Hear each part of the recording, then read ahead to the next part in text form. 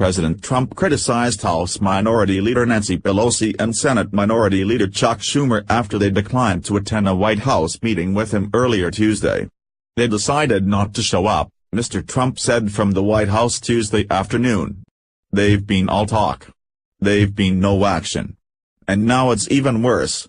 Now, it's not even talk." Mr. Trump, flanked by two vacant seats labeled with placards for both Democratic leaders, went on to say that he is not that surprised by their decision and called them weak on crime and illegal immigration. Schumer and Pelosi decided not to meet with him after he derided their positions on Twitter, tweeting, "I don't see a deal."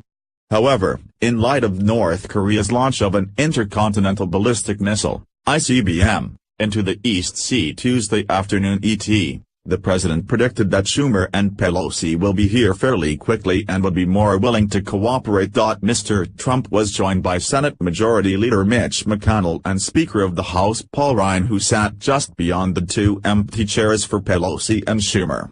McConnell and Ryan echoed the president's disappointment regarding the Democratic congressional leadership. The two chastised their Democratic colleagues for skipping the White House talks. "I think the Democratic leaders in the House and Senate need to understand how the government works," McConnell said, pointing out that successfully passing any legislation will require Mr. Trump's signature. Earlier Tuesday, Mr. Trump met with GOP leadership to discuss the Senate's upcoming tax overhaul bill, which he described as a productive meeting and somewhat of a love fest.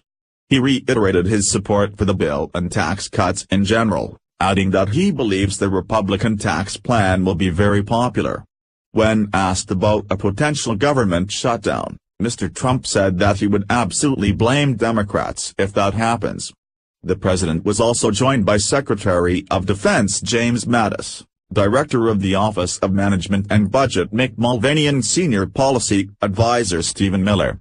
Mattis provided an update on North Korea following Tuesday's missile launch, which marked their third test of an ICBM and their first missile launch in 10 weeks. "It went higher, frankly, than any previous shots they've taken," he said. "It's a research and development effort on their part to continue building ballistic missiles that can threaten everywhere in the world basically."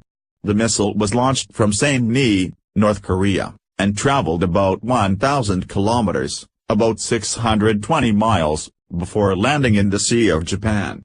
He said North Korean leader Kim Jong-un's continued provocations threaten world peace, regional peace, and certainly the United States.